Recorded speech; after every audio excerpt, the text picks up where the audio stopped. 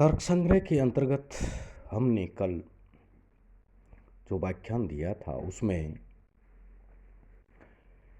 लिंग के 3 भेद बताए थे। अन्वय व्यक्तिरेखी ही, केवल अन्वय ही और केवल व्यक्तिरेखी। इसका वर्णन किया था उदाहरण सहित, और उसी के अंतर्गत हमने बताया था पक्ष, सपक्ष और विपक्ष क्या है उसका भी हमने उल्लेख किया था। और आज हम बताने जा रहे हैं हेतुभास। हेतुभास ये क्या होता है, इसका आचार्य नम्भट्ट ने किस प्रकार से उल्लेख किया है वह इस प्रकार है। सव्यभिचार विरोध सत प्रतिपक्ष असिद्धवादिता पंच हेतुवासा। लिख रहे हैं कि वस्तुतः हेतु न होते हुए भी हेतु जैसे प्रतीत होने वाले हेतुभास 5 प्रकार के होते हैं। सव्यभिचार, विरुद्ध, सत प्रतिपक्ष, असिद्ध और वादित हेतुवास, ये 5 प्रकार बता दिए हैं। 5 में से प्रथम आता है सव्यभिचार हेतुवास। सव्यभिचार के लिए लिखते हैं कि सव्यभिचारः अनेकांतिकः स त्रिविधः साधारण असाधारण अनुपसंहारी भेदात्। सव्यभिचार को अनेकांतिक हेतुभास कहते हैं और यह साधारण, असाधारण और अनुपसंहारी के भेद से 3 प्रकार का होता है। तो सव्यभिचार के 3 भेद बताए जा रहे हैं। हेतुवास कुल 5 प्रकार का है, उसमें से प्रथम जो आता है सव्यभिचार, उसके 3 भेद हैं, साधारण, असाधारण, अनुपसंहारी।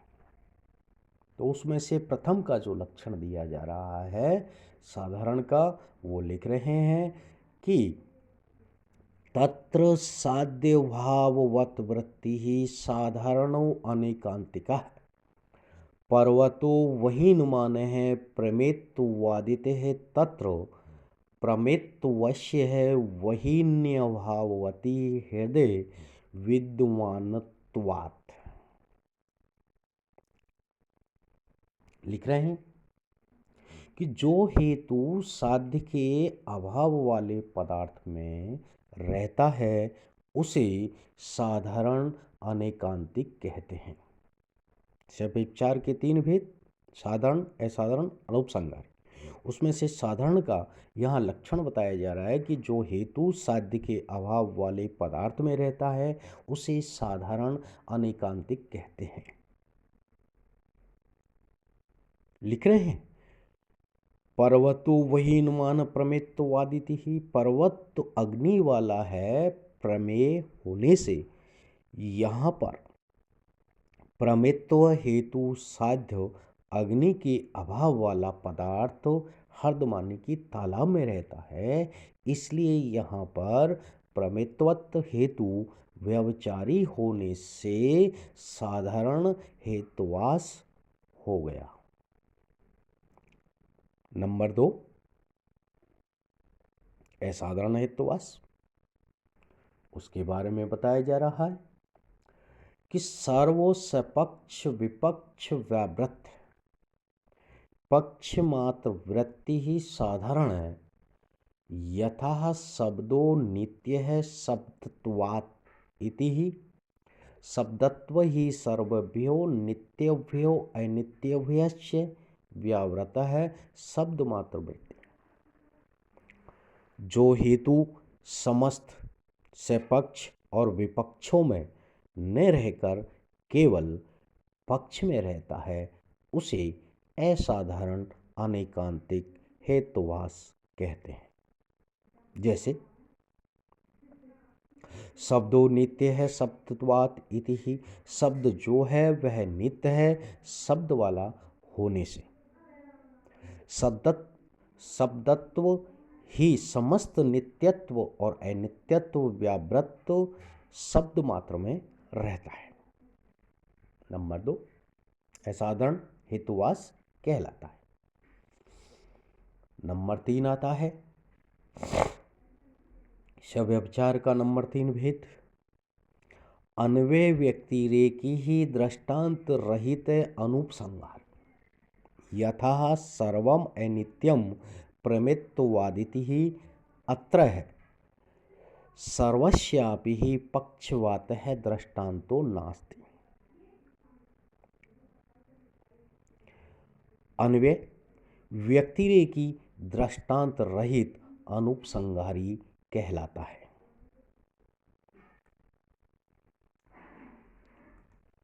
अन्वय व्यतिरेकी दृष्टांत रहित अनुपसंहारी कहलाता है। जैसे सर्वम अनित्यम प्रमित्ववादिति, सब अनित्य है प्रमेय होने से, अतः दृष्टांत के नहीं होने से अनुपसंहारी अनेकांतिक हुआ। दृष्टांत नहीं होने से अनेकांतिक हो गया। तो शैव विचार के 3 भेद थे, साधारण, असाधारण, अनुपसंहारी। इनका लक्षण उदाहरण दिया गया। अब हेतुवास का नंबर 2 आता है विरुद्ध हेतुवास।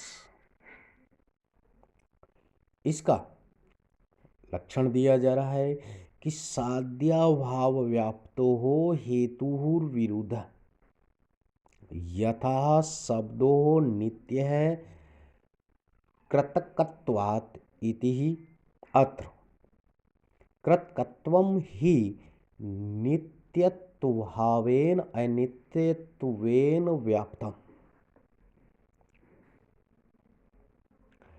साध्य के अभाव में व्याप्त हेतु को विरुद्ध हेतुवास कहते हैं। उदाहरण के लिए शब्द नित्य है कार्य होने से, शब्दों नित्य है कृतत्वात् है, यानी कि शब्द नित्य है कार्य होने से। यहाँ पर कार्यकत्वम नित्यत्वम अभाव से अनित्यत्व से व्याप्त है। हेतुवास का नंबर 2। हेतुवास नंबर 3 आ रहा है सत प्रतिपक्ष हेतुभाषा है। इसके लक्षण में कहा है कि यस्य साध्यभाव साधकम हेत्वंतरम विद्यते स सत प्रतिपक्ष है। यथा शब्दो नित्य है श्रावणत्वात् है शब्दत्वत है इति ही शब्दो अनित्य कार्यत्वात् है घटवत इति।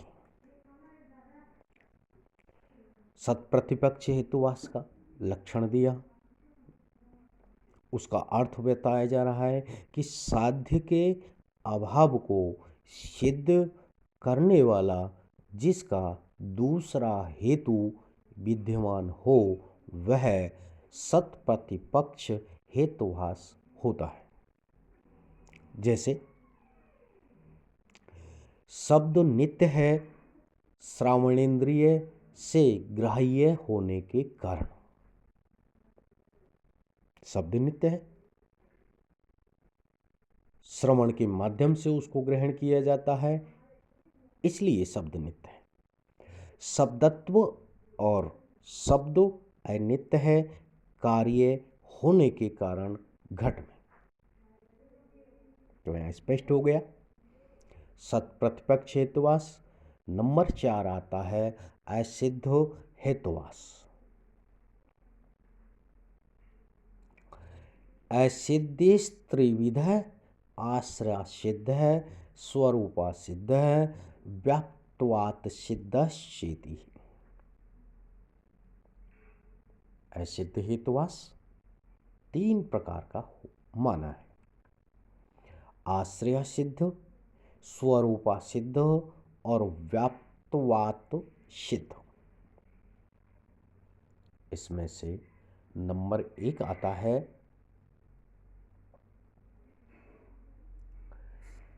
इसमें से नंबर 1 आ रहा है आश्रय सिद्ध। इसका लक्षण दिया है, आश्रय सिद्धो यथा गगन अरविंद सुरभि अरविंदत्वातः सरोजा अरविंदवत अत्र गगनारविंदमाश्रय स च नास्त्येव। आश्रय सिद्ध जैसे गगना अरविंद आकाश कमल सुगंधित है। आश्रय सिद्ध जैसे गगन अरविंद यानी कि आकाश का जो कमल है वह सुगंधित है और कमल होने के कारण तालाब के कमल के समान है। सरोजा अरविंदवत यानी कि कमल होने के कारण तालाब के कमल के समान है, तो यहाँ गगना अरविंद आश्रय है और मूलतः यह है ही नहीं। हेतुवास यानी कि स्थित है ही नहीं, तो गगन अरविंद आश्रय, गगन अरविंद आश्रय है यानी कि आकाश रूपी कमल आश्रय है, और लेकिन वह मूलतः स्थित है ही नहीं। असिद्ध के 3 भेद बताए, उसमें से नंबर 1 आ गया। नंबर 2 है स्वरूपः सिद्ध। इसमें लिख रहे हैं कि स्वरूपः सिद्धो यथा शब्दो गुणश्च चक्षुत्वातः रूपवतः अत्र चक्षुत्वातः शब्दे नास्ति शब्दस्य श्रवणत्वातः। स्वरूपः सिद्ध जैसे शब्द गुण है, चक्षुष अर्थात नेत्रों से ग्राह्य होने के कारण। यहाँ चक्षुत अर्थात नेत्र ग्राह्यता शब्द में नहीं है, क्योंकि शब्द तो स्वर्ण इंद्रिय का विषय है, कान से सुना जाता है इसलिए उसका विषय है, इसलिए यहाँ स्वरूपा सिद्ध हेतुवास है। सी का नंबर 3, आश्रय सिद्ध हो गया, स्वरूपा सिद्ध हो गया। अब व्याप्तवात सिद्ध तीसरे नंबर का जो है उसके बारे में लिख रहे हैं कि सोपाधिको हेतु व्याप्तत्वात् सिद्ध है। तो व्यापकत्वात् सिद्ध उपाधि से युक्त होता है। साध्य व्यापकत्वेन सति साधना व्यापक है उपाधि।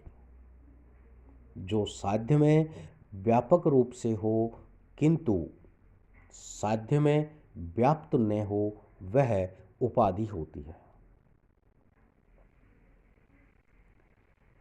साध्य समानाधिकम करना अत्यंता भाव अप्रतियोगित्वम साधना व्यापकत्वम साधन व निष्ठा अत्यंत अभाव अप्रतियोगित्वम साधना व्यापकत्वम।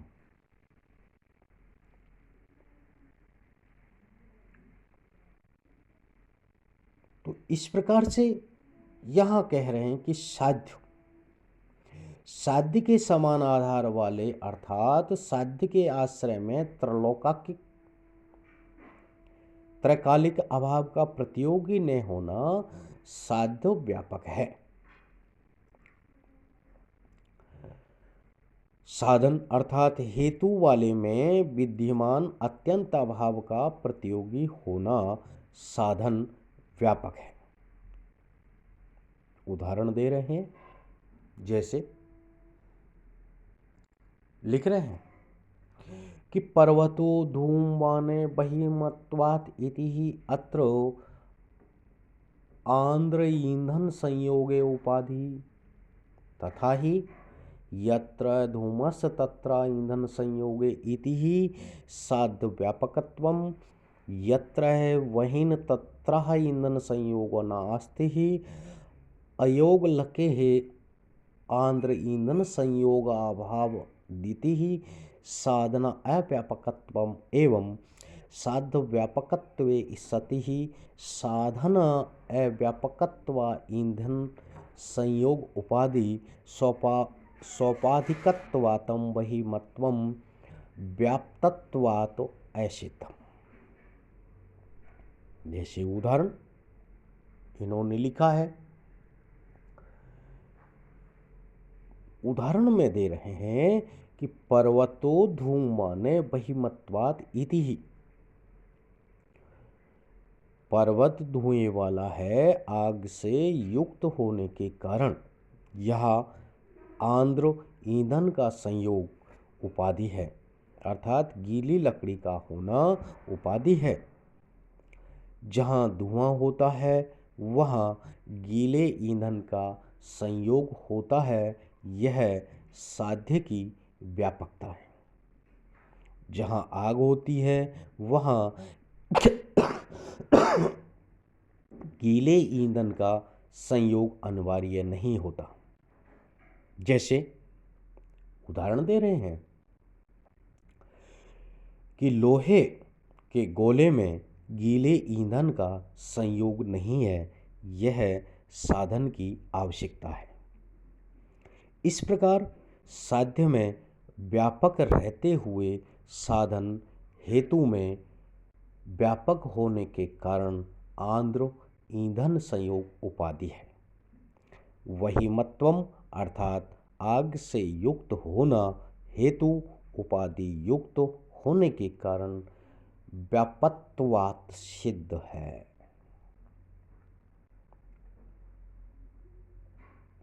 हेतुवास का नंबर 4 था असिद्ध हेतुवास।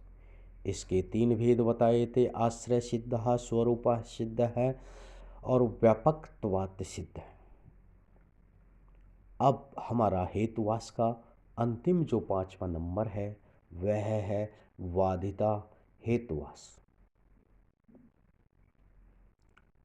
इसका लक्षण है यस्य साध्या अभाव प्रमाणांतरणेन पक्षे निश्चित स वादितः। यथा वहीन अणुषणो द्रवत्वात् इति अत्र अनुष्णत्वं साध्यं तदभाव उष्णत्वं स्पर्शन प्रत्यक्षेण गृह्यते इति वादित्वम्।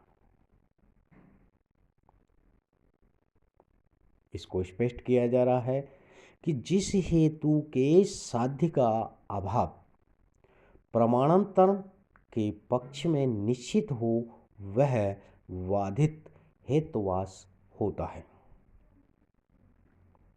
जैसे स्पष्ट कर रहे हैं उदाहरण के रूप में, अग्नि अनुष्ण है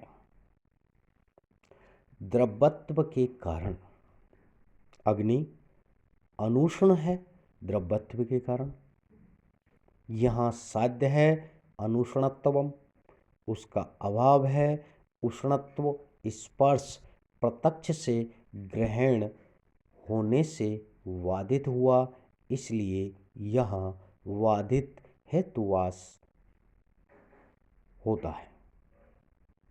तो आज का जो व्याख्यान है हेतुवास था, इसका हमने पूरा आपको वर्णन किया है। अब जो आगे का व्याख्यान होगा वो अगला हो।